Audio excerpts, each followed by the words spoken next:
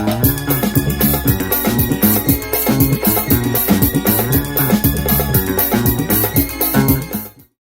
everyone, it's your girl Chris, and welcome to Between the Wickets, a conversation series where I step onto the pitch to explore the lives and stories of the professional players who live and breathe the game.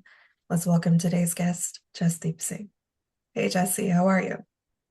Hi, hi, hi. How are you? I'm good, thanks. How's everything with you? Yeah, cool. Just here back to the winter, so Yeah, just trying to soak that in for now.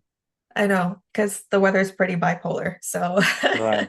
Yeah, well, thanks again for taking some time to be here on Between the Wickets. it's my pleasure. I'd love to start with your journey. You were born in Queens, shifted to India for a few years, and then returned to the US when you were in your teens. Ever since then, Yeah, you've been based out in New Jersey. right. Um, how did growing up in those three spaces shape your connection to cricket and your identity? Yeah, it's a bit of a unique story. I have not a typical one where I picked up cricket in India or I played anything over there and then I just came here and picked up. No, mine is completely different. I actually started playing in New Jersey for the first time. I grew up Oh, in an apartment complex where it was a massive South Asian community, and my dad had friends from, South India. My dad would actually, over the weekends, would go there to hang out with them, and I would tag along with my dad to just hang out. And these guys would play with the tennis ball in their, driveway. So I just happened to join them. And yeah, one place to another, then there was in my apartment complex, a lot of people were playing. So I started looking up, forward to it every day. Um, yeah, growing up, I actually had to, we went through a bit of financial crisis. It was a recession time back in 2008, 9, 10. Times were tough in US. So, my dad had lost the job as well, and we were struggling financially. So I was actually working full time. So wow. I would be working from like 8 in the morning till 6 p.m. So yeah, the life had kind of, paused for a good while. I didn't really have anything to look up to. And then, the cricket came that one, joyful thing where, I would start, I enjoyed myself, being around those people, playing cricket, playing, I was always playing basketball on the street as well. But Mm. the cricket is just, people were more enthusiastic and more passionate about it, And yeah, so I started looking forward to every day, you know, that 6 p.m. clock and I can just go and, join them and play. And Mm. yeah, that's where the passion picked up. And then slowly I found out USA's, there's USA team, and I think at that time USA under 19 was playing a World Cup in 2000 in New Zealand around 2010. Oh, So yeah, internet was quite, new at that time. I started yeah. looking up, the players, the cricket videos and all that. So I picked up a passion. Um, yeah, and then, it kind of gave me a hope that, I wasn't able to continue in school, but maybe this is something I can do that could give me a good life. So Mm. that sort of for me was became a escape plan and passion and all together, and I worked towards it. And I'm glad Yeah. it was paid off. Yeah, no, it definitely paid off. It seems like cricket was your outlet, facing those pressures early on, Right. to be able to contribute to your family, while Yeah. things were on pause. Did you have any exposure when you were in Queens or in India to cricket, or was it primarily when you were stationed in Jersey? I mean, there's no way you can get exposed to cricket in India. There's, it's Yeah. everywhere, streets, backyards, and stuff. So yeah, I had exposure to the sport, but never really, you know, pursued or even played like that. Majority of it was, like we had a big backyard in India. So from Okay. my village, majority of the kids would turn up in the evening there, and we would play all sort of sports. Be it soccer, one day this, and just running around trying things. So growing up, I was always into sports. I've had hands-on on pretty much all the sports. if not a lot of the sports. I Okay. was always out and about. And growing up back then, there was no other way. Not much of TV, not much of, Yeah. there was no phones and stuff. I think we must have got the phones and I was in like my late teenage years. So yeah, so that was only, source of, you can say, you know, enjoyment at that time. So I Right. got my hands on every sport, but never really, got into cricket like that. Okay. Okay. So for me, That the was break point was in Jersey. Yeah, Jersey. Gotcha. Okay. Which makes sense because, yeah, you know, having that foundation in Jersey, you've worked very hard to establish yourself within the cricketing ecosystem. I mean, you've become yeah. such a disciplined and steady contributor ever since. Um, what's one challenge that you faced and overcame during that journey? A lot of challenges actually. One, if I have to sum it up in short words, obviously, we lack infrastructure when I Right. was growing up. There was barely one academy, one or two academies, around in tri-state area. Um, and the that infrastructure wasn't there. And then another massive challenge for me was, being financially stable or, to be able to even afford to be Yeah. part of that academy and or to even, book a lane at, indoors and stuff. So for me, that was a big challenge. And yeah, I grew up playing and learning cricket on the streets of New Jersey, tennis courts, basketball courts, any empty space I see. So it's funny enough, I've been kicked out of all these tennis courts in probably Oh, Middlesex jeez. County. Yeah, I Yeah. would hop from one. I would, go to one and then people Yeah. would complain and cops would come knock me out from there and then moved into another one, another one. Yeah. So yeah, it was quite challenging, but I think to be able to go through that and learn through that phase, I think it made me, very tough. For me it was like, I had no options but to even train. Like now I became very, I feel sometimes if, look at I complain about this weather a lot, but there was one Yeah. point I would, put on gloves and beanies and practice, outside in 32 degrees. There would be flurries and I Oh had my a, goodness. person, yeah, who was actually training me, Yeah. Budayan Sharma, and he would actually, put, have me put gloves and beanies and stuff, and I would still bowl in that weather. Wow. So, but it was those times, when you don't have no options, then, every option that you have is the best option. Yeah. And you So, make it work, you know? yeah. So, Yeah. and I had no other option, either I do that or, I do the job that I was doing 8 to 6, which is, pretty much labor work. Right. So for me, yeah, it was that if I do that, I have a light at the end of the tunnel and Yeah. I could have a better life. And I was, I had become so passionate about the sport as well. So yeah, it was challenging not having infrastructure. Whereas now, funny enough, I was invited to the, I think it's a youth league called NYCA, and they had an Okay. award ceremony. They invited me, um, you know, for the award ceremony, and I walked in a podium, and the whole podium was filled. Had about 700 people there. So they explained they have about 70 to 80 teams of kids, and there's about 24 or 28 academies in New Wow. Jersey and tri-state area sort of thing. So when you look back, the cricket has come a long way, you know.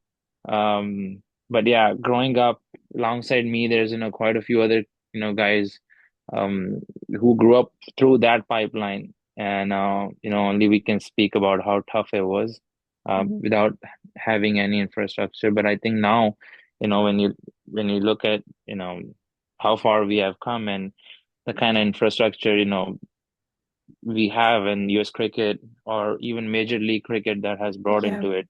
It's bringing has brought actually, good sort of source for all of these kids, to practice at.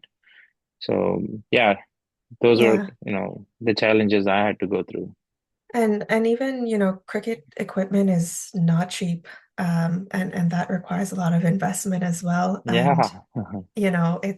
it's funny you mentioned getting kicked out of different courts because I remember growing up, we used to get kicked out a lot in the Bronx when we would Yeah. find like school play yards to go and play cricket, and watching uncles and cousins and things like that. And then when cops would come, that's it. We knew we had to bounce.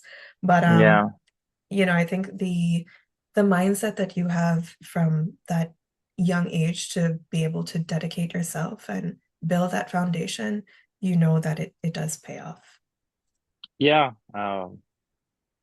I'm a, sincere believer of that, if you're sincere and dedicated, towards your dreams or goals or work, whatever you're doing, if you're working hard enough and, you have been disciplined and dedicated, I think one or the other way it pays off. Yeah. Yes, some people, struggle, sometimes the timings are off, but I always believe everything that happens for a reason. So, yeah, if you're putting a time into it, yeah, it's bound to pay it off, I think. Yeah, absolutely. And I feel like if the timing isn't right now, it will be a right time, but eventually, you have to go through those obstacles and get through um, Yeah. different parts of life to be able to achieve what you want. Um, well, proof of your continued impact lies in your 2015 call up to the USA national team. Can you tell me what your first thoughts were when that happened?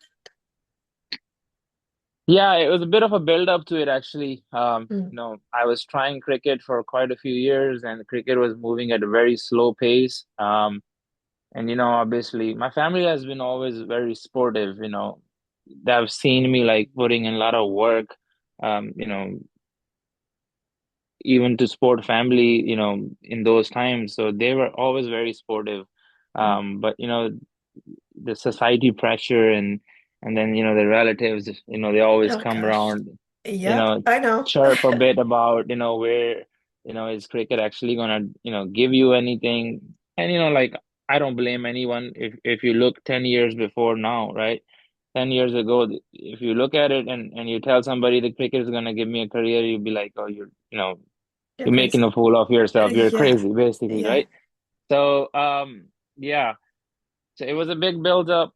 um I was going and I was, constantly would talk to my family and every now and then family would be like, what have you thought? What do you want to do? And I say, no, I actually want to give it a shot in this while I was working at full time, still at the car mechanic shop. And then, I told myself like, okay, I played one of the national tournaments in Florida. You know, I was talking to Usman Shuja. He was, the main pacer of, USA highest wicket taker and all. So I was talking to him, how can I break in?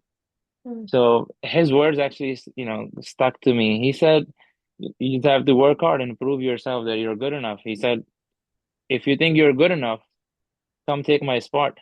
Straight up, he told me. He said, if you could oh gosh. take my Yeah. spot, right?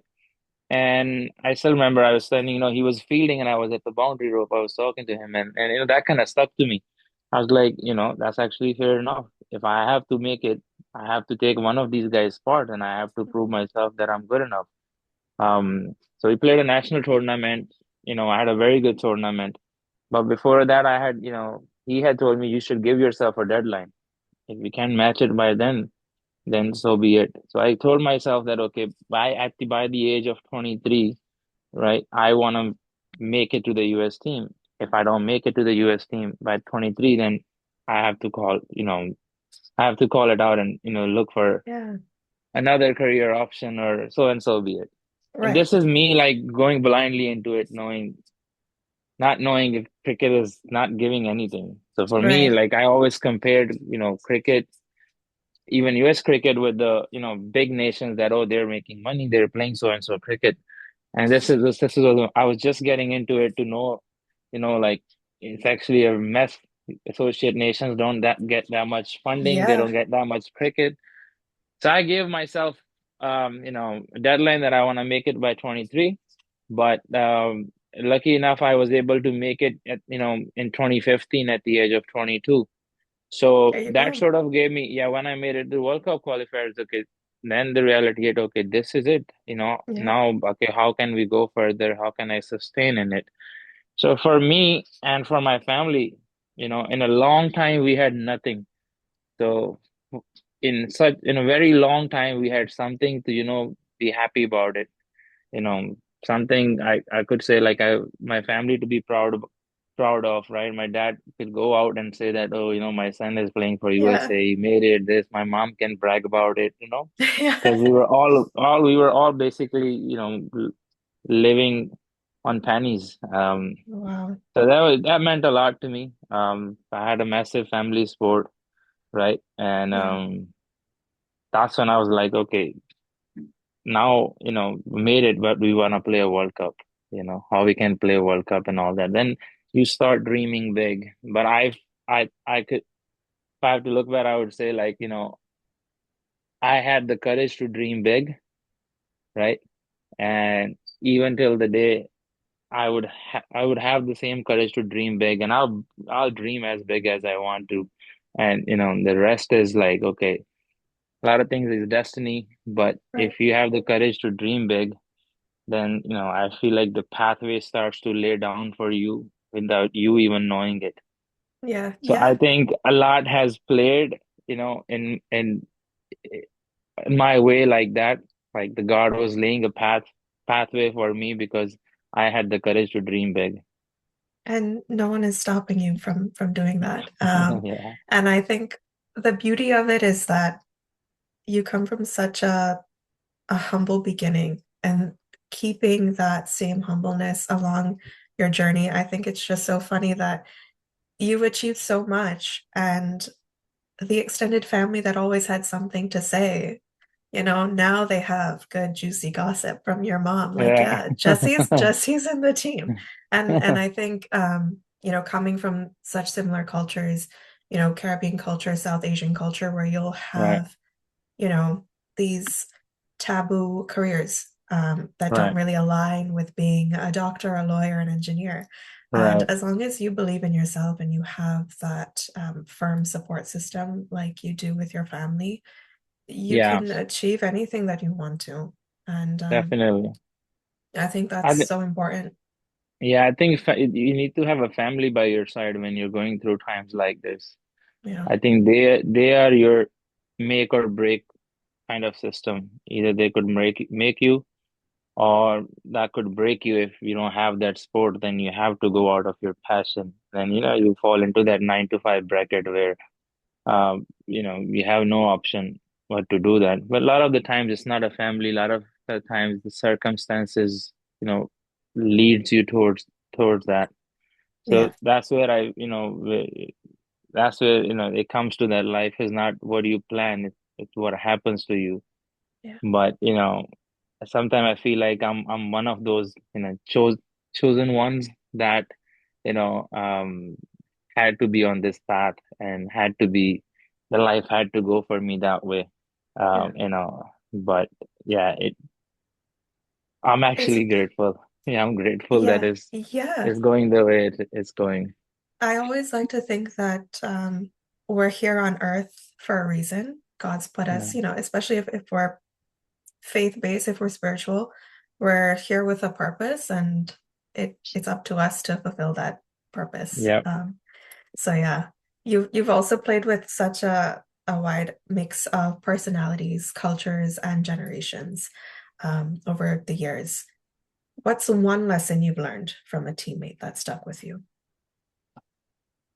Um, I think being kind, even when you're playing at that level, right? Yeah, I think we as a human, we are very egoistic. It's very rare when you're playing at that level. yeah, When you're doing so good, I've run into a lot of athletes, that are consistently doing good. They're consistently riding the top ranks. Um, it's very easy to be egoistic and, have that sort of, be in that frame of mind that, oh, I'm the best, and yeah, you can ignore, you're not accountable to answer to anyone.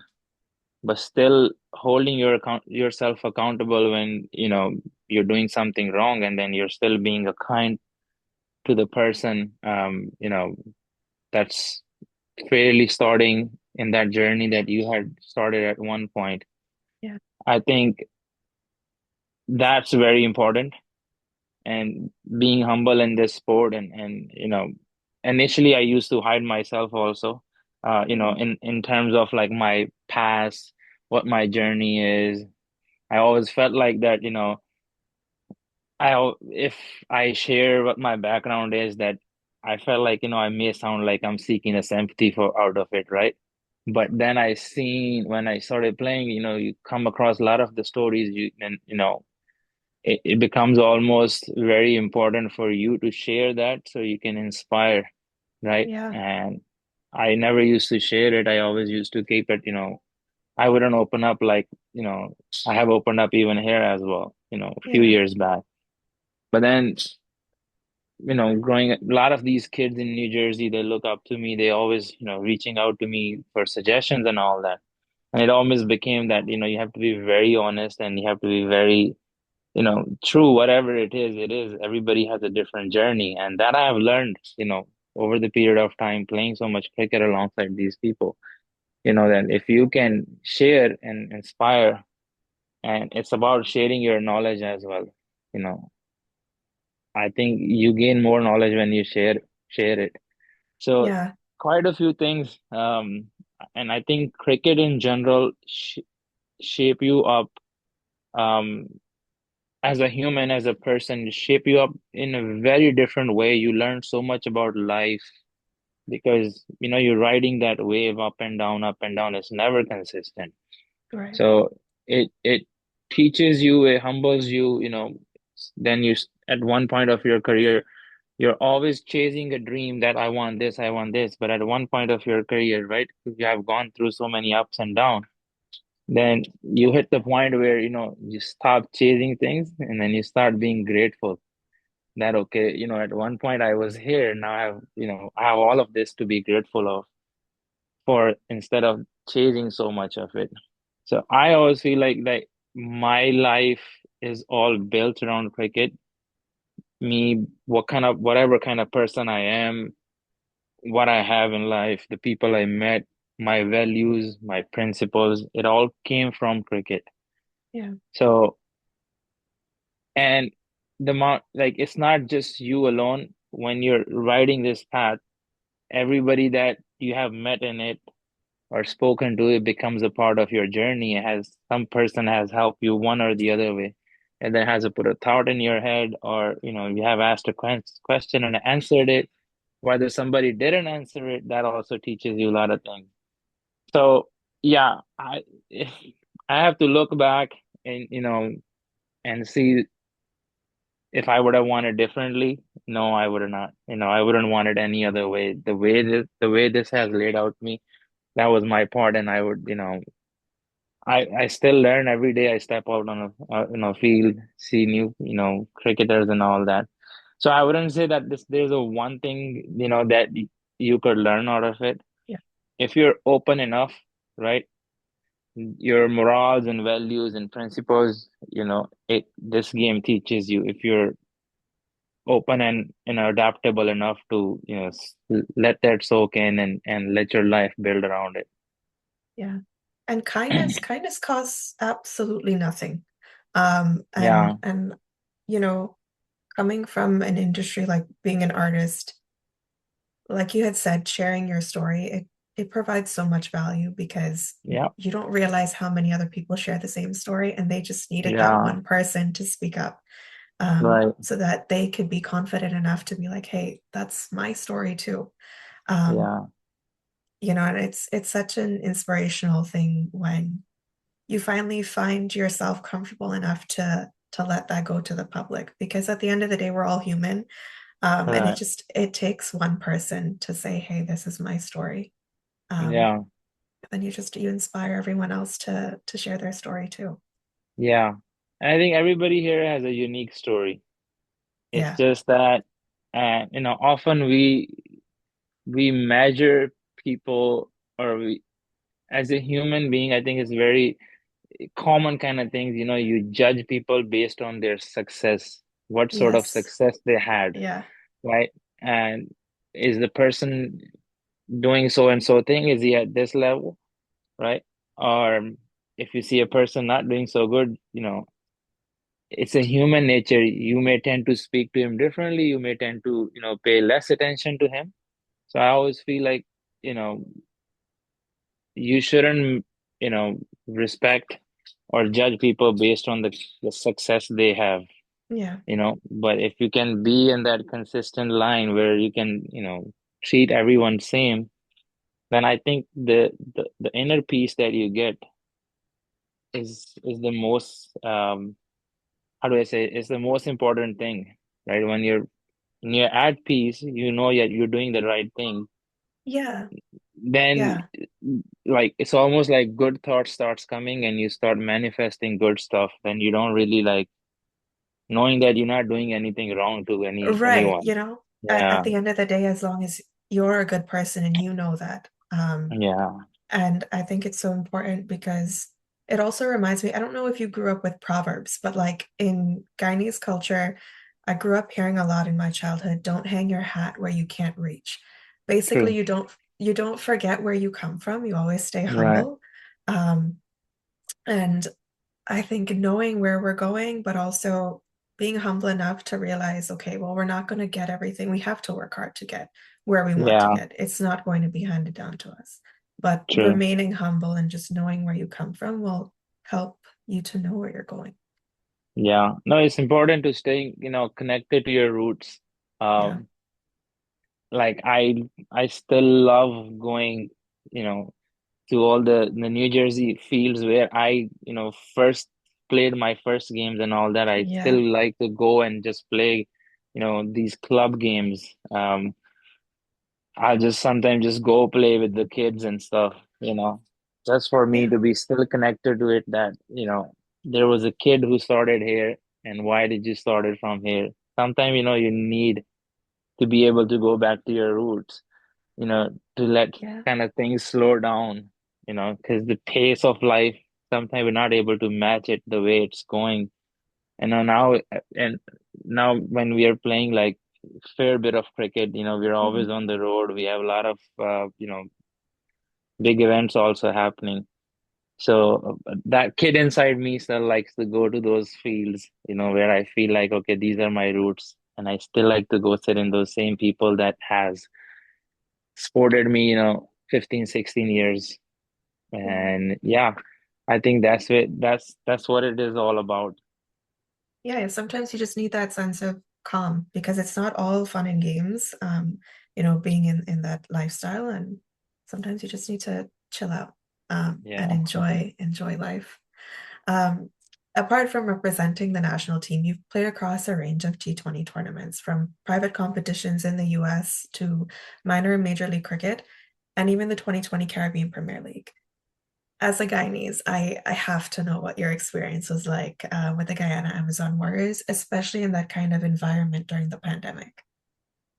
Yeah, it was a bit of unique actually playing CPL, getting a call up and this COVID, post-COVID, still kind of during Yeah, pandemic kind of, right? So it was a very restrictive environment, but still like I enjoyed my, time with the Guyana Amazon Warriors. It's a crazy following Amazon Warriors has.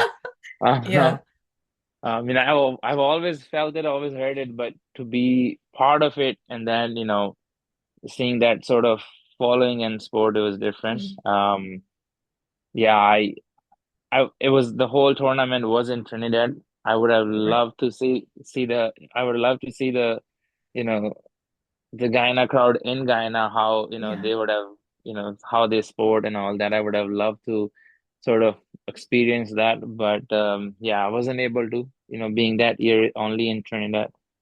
But yeah, at one point, I think that's one of the goals that I have to tick, playing CPL and, playing in front of Guyana crowd and, experience that sort of, electrifying crowd. Yeah, And Providence because Stadium is nuts.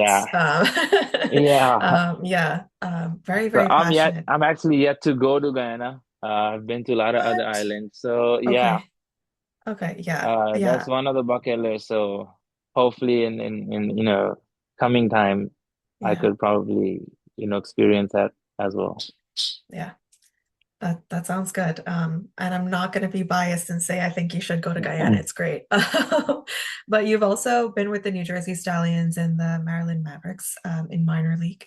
And in Major League Cricket, you were with MI New York in season one, Washington Freedom in season two as a mid-season replacement for Saurabh Netravalkar, and then the Seattle Orcas in season three.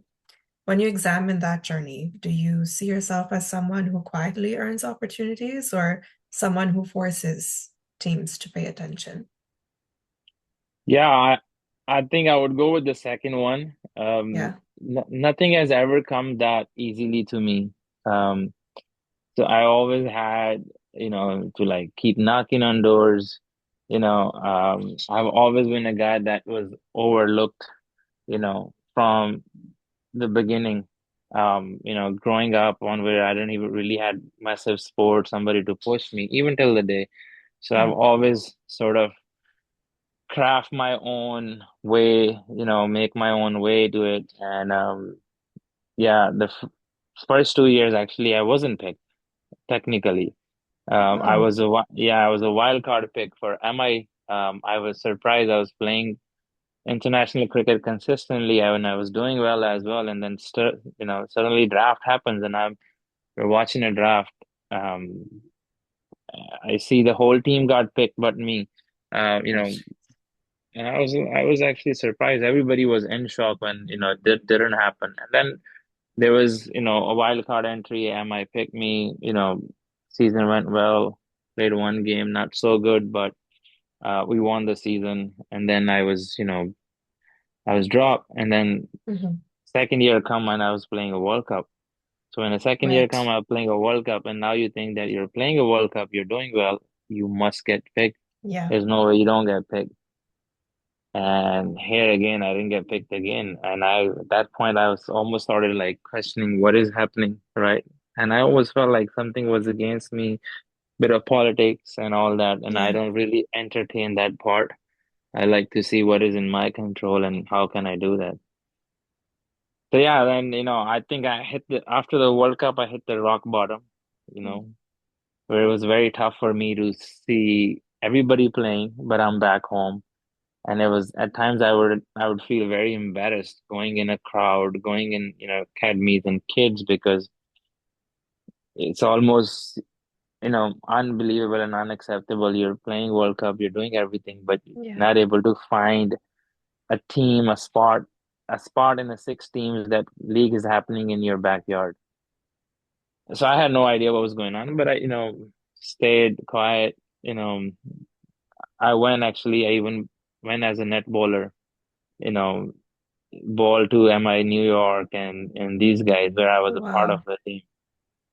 And the treatment wasn't good, right? And I felt it, felt humiliated at times, but I took it, I always say, like I say, you ride that wave, Yeah. I always knew something good will come up. I hit the rock bottom. I said, it can't go lower than this. No. This is the rock bottom. It can't go lower than this, right? So now soak it in. Then again, I had my family. And when I say family, I had a whole New Jersey behind me, a lot of people from USA. I have a massive sport here. And then, like it's a story you don't realize, like I always say, everything happens for a good reason. Yeah. You don't realize that you try to connect dots, you don't understand. But I guess it had to happen this way for me. Sort of, I had to replace sort of for 2 games. Um, I replaced him, I went in. And that's something I was looking forward to for so long. I wanted to make a big impact, wanted to announce myself. More so, I was, angry. I Yeah. was Yeah. angry. I wanted to like, slap the system basically, that you can't really do this. And grateful enough that I was able to make massive impact in those 2 games where, I mean, you I did went slap the system. yeah, and I went in. But at that point, always, like, I was seeing this happening. I saw it happening before the game. I went and did it. But freedom, I would say, no, I have a massive respect for freedom and Ricky Ponting. Yeah. Um, the way, these were Ricky Ponting's words, like, how come this guy is not playing? And then, pick me and he put me straight into playing 11. So when I got picked, I was just, sitting like this, chilling, before the game days, I'm doing my Yeah. practice and stuff. And these guys Ricky he never even seen me in practice because we were not able Hmm. to get practice session when I went in. It was raining and then he suddenly put me in a playing 11. So me here thinking that they're not going to put me in playing 11. Ricky hasn't seen me, right? But then he put me in. He must have seen my videos enough, put me straight in, and I happened to go, get the man of the match in that first game, not the two, top three wickets. And then I wanted to make it happen again in the second game, so people don't think it's just a fluke that he just Right, came in and right. happened. So yeah, I was able to do it in second game as well. So for me, that hard work paid off. Hmm. But that's why Ricky Ponting is, the best leader and one of the best coaches going Yeah. around because I guess he believed in me more than I was believing it myself at that time. But yeah, very clear, with the plans and stuff. So they gave me that platform 2 games to perform. Yeah, I would have loved to carry on with them, but then again, the rules and regulation, unfortunately, I had to go to draft. And then, Seattle Orcas, they picked me the first pick. And, Yeah. they've also been very sportive, very good people. They've been very sportive. But yeah, that's a journey. So I have always had to force myself and not keep knocking on those opportunity Yeah. but I like it this way. I like it this way. I feel like I I earn it everything so badly that everything just stays with me. I know that if something comes very easily to me, then I try making it hard for me because then I start getting very comfortable with it. So Right. I like it this way, right? Um, yeah, Yeah, maybe, and yeah, I think maybe if it comes a little too easily, you might be suspicious about it, where it's yeah. like, okay, well, what do I really have Nothing, to do here? yeah, You it know? has never been that way. So Yeah. I'm accustomed to it, Mm, accustomed to it. That's why I've always been resilient because of that. I keep falling and I'll keep coming back. And right. I keep doing that till I'm fit. Listen, I mean, if that works for you, then things will pay off. Yeah. And the timing will work out. Um, you recently returned to the US from this year's ICC Men's T20 World Cup. But you're no stranger to the World Cup atmosphere. Just take me back for a minute. It's the summer of 2024. The USA is co-hosting with the West Indies, which means automatic qualification, automatic vibes. Is there a standout moment for you personally from that World Cup? Yeah, personally, yes. Obviously, being part of the World Cup itself was a massive, right? Like I Yeah. was always telling people like, US is gonna play World Cup one day and people would be like, you crazy, Yeah. right? And I don't know how, but I feel like, these were just words in my mouth. I would keep talking about it. More so, I feel like I was satisfying myself, always like, okay, we're gonna play one World Cup one day, not knowing how, and then to be able to play that World Cup, that itself was a big achievement, and then one thing that was bothering me, I take these kind of things to heart. I've always been a team guy first. Everybody would talk that, oh, US got a qualification in a World Cup because they're a host country, right? Right. So there was a big fuss about it. We were being disrespected. I felt we were being Mm. disrespected, that because we are hosts, we are automatically qualified. Yes, that was a plus, but I think Yeah. the kind of team we were building, the kind of cricket we were playing, we would have qualified, regardless, playing a qualifier as well. So the build up to the tournament was good. We won a series against Canada, then Bangladesh came, we won that as well. But going to the World Cup, like it was always, we wanted to make an impact rather than just taking a part in it. Right. right? We wanted to, like, I always felt like, we wanted to leave a statement. At least I wanted to leave a statement from the team point of view that we could launch US cricket on a world map rather than just being another associate nation that goes take a part and then, boom. That's it. Yeah. So I think collectively everybody was on the same page. You know, people were there are different journeys in in our team. Some guys have played cricket in other countries and have come, joined just recently, brought a whole lot of experience. And then there were guys like me and Steven, Mm. we literally played all of our cricket here. Like I've played since under 19 days, I've played with Steven, majority of the Oh, cricket in US. We yeah. grew up together. So for some of us, it was a different, sort of journey and a different dream. But everybody could have a different feeling. But I think the ultimate goal was that, okay, let's put the US cricket on a world map. And I think we had an amazing game against Canada, you know, from losing to winning, and then be able to go and beat Pakistan and qualify for Super 8, right? Um, yeah, all those moments when you look back, I think it was a massive campaign for us. Absolutely. Um, yeah, so I in events like this, I always like to speak more from a team point of view than, personally. Personal. Yeah, so I mean, when that is happening, obviously, if the team is doing good, everybody's contributing, Yeah, right? absolutely. Um, and then one or two-person comes every, World Cup that has a exceptional campaign. Sorrow was that one, you know. Yeah. So in events like this, more than, you're talking about yourself, if you want to talk about the success your teammates had, you want to enjoy that success. So I think we all enjoyed, sort of success, or even Aaron's, Aaron had a great Yeah. tournament. So yeah, so in times like that, you'd rather speak about your, teammates and you enjoy that success. And then when your time comes, everybody will enjoy yours as well. And then you Yeah. can eventually enjoy your time as well. That's fair enough, and that is very kind of you. This year, we did see new faces debuting on the team. The squad traveled to Sri Lanka for the training camp, and then you guys were between Sri Lanka and India for matches. But during the warm-up match against New Zealand, I know that you picked up a shoulder injury and were ruled out of the tournament. What was the mindset, though, that you brought into this World Cup, especially when nursing an injury?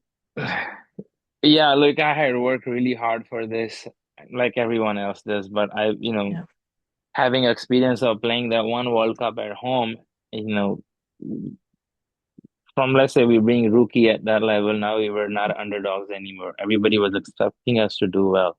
And I personally was looking to make a big impact, contribute in every possible way, and had a good preparation also. I was mentally very in a space where nothing was bothering me. I was very confident, the way I was able to execute my plans, the way my skill was going. So this was probably I was probably at the best I have ever been, throughout my career, leading into World Cup, and I was very confident. Coach was confident as well on me. We had a chat. He said, "I've never seen you like this in a very long time," and he's been around since 2016. He have seen me grow.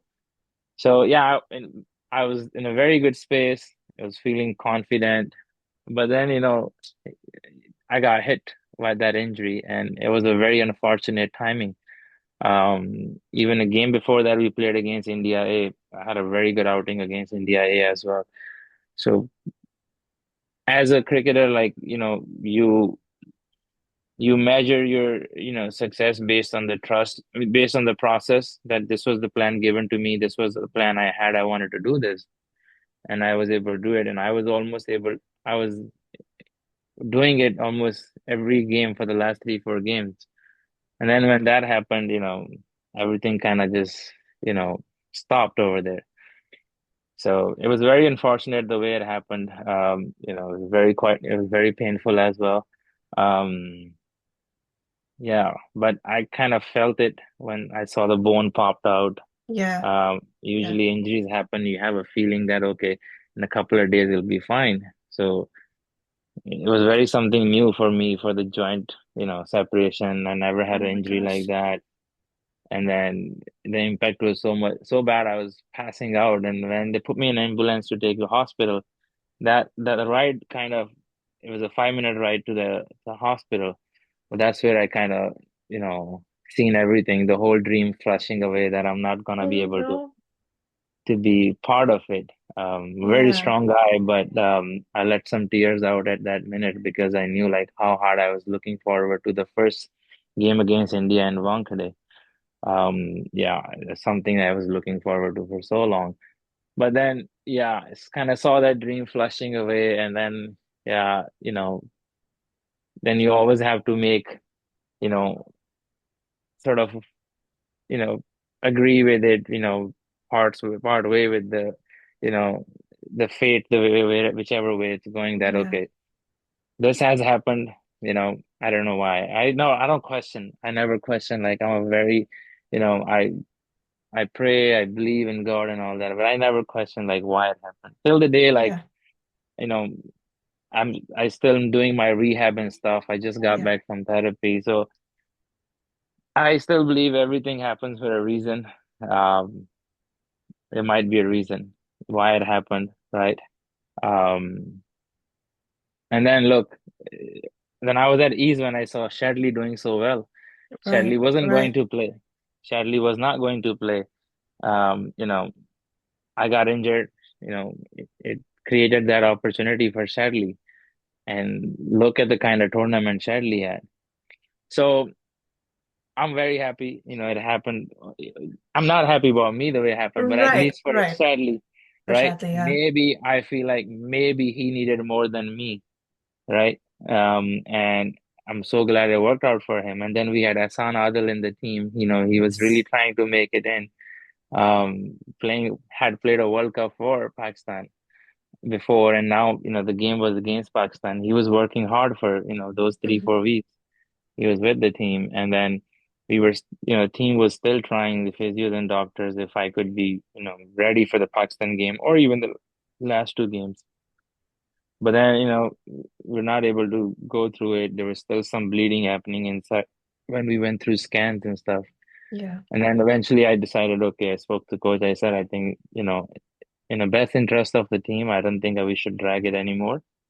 I think I should call it off now. And then we get a replacement and, we announce it. And Hassan comes in and he plays that game against Pakistan. There was no way he was even part of it. So I feel Right. like it sometimes, we all as a cricketers, as athletes, as a human, we always want everything, this, that. But everything had this time. I think this wasn't my time this time. And these guys probably needed more than me in their life right now. So then it comes back again, you fall down, you get up and you do it again. Why you do it? Why you started at first place? For the love of the game, Yeah. right? And especially when the game has given you so much, then you don't question it. Then you just, get back in it in the process.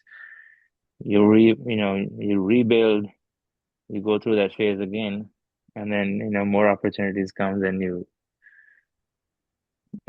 that's just how it goes. That Now is how that it goes. Yeah. Now I'm at very ease. I don't question. I was like, nothing worse than that could happen. Whatever has happened. Yeah. Yeah. Yeah. And I think that it takes a humble Sorry, kind of place. to actually put on the right words.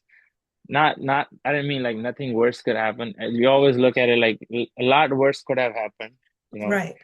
you Right. know, maybe I have been protected in a way by this small injury than, getting Yeah. some major injury or something. So Thank God it it's was always nothing like, worse, yeah, Yeah. yeah. Yeah. It's just No, but unfortunate. The timing was bad. right. Yeah, Yeah, because I remember I was on my way to work and I had ESPN Cricket Info up, and then the scores aren't updating, and I'm like, something has happened on the field, and then I yeah, see that they brought out a stretcher for you, and I'm like, oh geez, this is not good. yeah. Um, And then, when I was following the news and I saw that you were out, of course I was gutted about it because I've always enjoyed watching, you bowl. So, like you said, maybe, guys like Hassan and Shadley, they needed these opportunities. And Yeah, I always feel like our book is already written and we're just living these chapters page by page. So maybe this chapter of the World Cup, you got to live your pages until it was like, okay, well, yeah, somebody else, had to come in. right. You And know, that's how it is. And that's Actually, Shadley's reality. been grinding for years. We have seen, and Yeah, he's a very very good guy, very kind man. So he's yeah, been grinding for so many years. So like, I'm happy. Again, it comes down to enjoying your teammate's success, and I think it's the time now we want to enjoy his success. absolutely. Do you think that injury makes you more cautious or more determined to prove something when you return? It's not the first time I've gone through, injury like this. Mm, I had a knee surgery in my right knee. I had an ACL reconstruction, so that was pretty bad. yeah, Um, so when I look at this one, this isn't as bad as, okay. that one was, but just the impact of this injury is bad. Then I had to miss the a major tournament. Yeah, Um, yeah, so I've always been resilient, one or the other way. I've always found ways to, make a comeback, be back in it. But I feel like every injury makes you wiser. It teaches you a lot because then everything just stops. It's just you and your rehab, you know, yeah, and your mindset questioning you that what can you do better now? How can you do this how can you adapt something new skill, or what can you do different from what you were doing to be able to have a stronger comeback or stronger outcome when you go out there. So I think it just because everything else just paused. There's no pressure of playing. There's no, you have a lot more time in a hand. So mhm, it's like a reset phase. And yeah, then you write things, you plan things. This is what I want to do. This is how I could do. And then slowly, gradually, you launch a new version of yourself. Um, absolutely. yeah. So I'm almost confident, you know, and I think I'm gonna launch a new version of myself when I come out. I know you're going to launch a new version of yourself. I feel like, and even with injury and so much that you go through, it allows you to strengthen your mental because it's not easy to constantly go through injuries and then go through setbacks. It really teaches you and it wisens you. Like you said Yeah. that, sometimes you accept the fate, you keep it moving, and then you keep grinding as well. Yeah. And that's always very important. But then it's also important to just take a chill pill and like enjoy Just be in life. the moment. Yeah, Enjoy in the because present. Yeah. there is more to life than just the constant grind and cricket as well. Right. Um, all right, Jesse, we're gonna switch gears to a quick fire round. No Okay. pressure. Are you ready? Yeah. Okay. What's the most Punjabi thing about you? What's the most Punjabi thing about me? Um, I love music. I'll start dancing anywhere. Okay, well, Yeah, I love doing Bhangra and stuff. And yeah, okay. I guess that Uh, car ride playlist. What's playing first?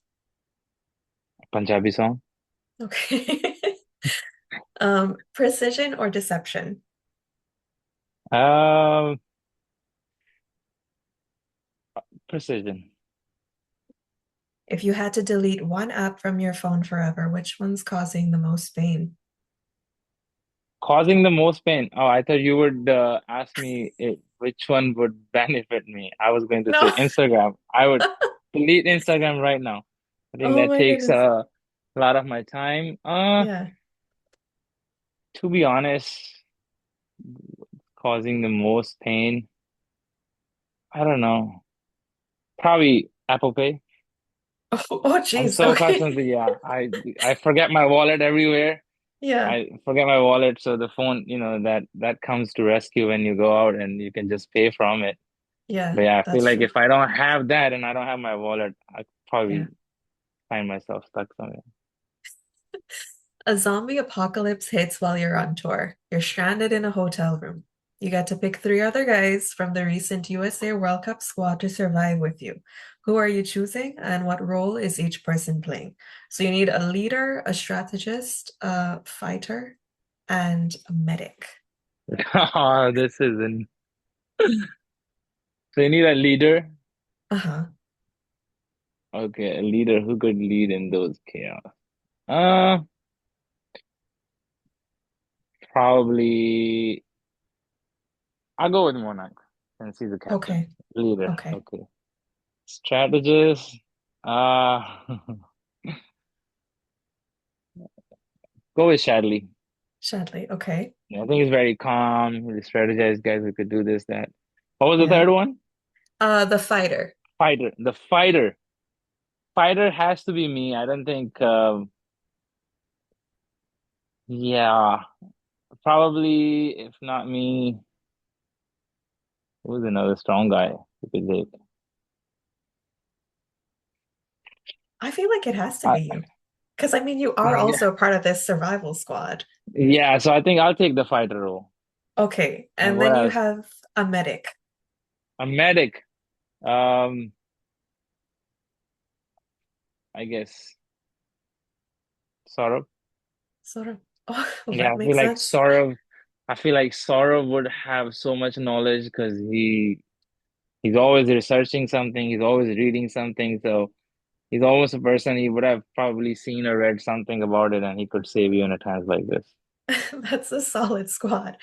I Yeah. I I do have to know though, who would get bitten first? Who will get bitten first? Yeah. Monarch. The leader. He's the leader, he's in the front. Yeah, Uh, yeah.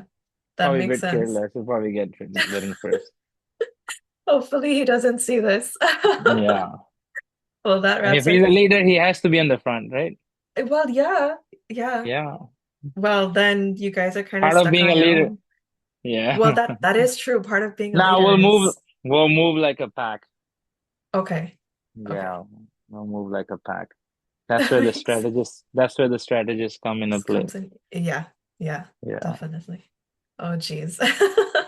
Well, that wraps our quick fire That was a round. fun one though. That was a fun That one, the last one. I felt very prideful. I was like, I Yeah. need to put this in. And I thought you'd like that one too. But Yeah. before I let you go, Jesse, if you could tell your younger self something right here, right now, what would you tell him? Um, Nothing. I mean, if I could be more disciplined Hmm, and if I could be more disciplined, uh, like I said, I wouldn't want it differently, but if I could be more disciplined and adaptable to the pace of the game, yeah. then I could probably save some time.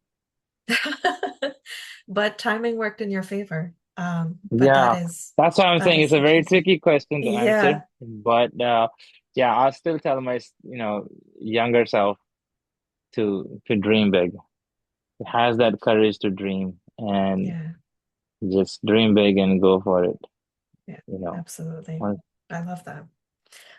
Well, Jesse, thank you so much for joining me today on Between the Wickets. And to our audiences, if you enjoyed this conversation, don't forget to like, share, and subscribe.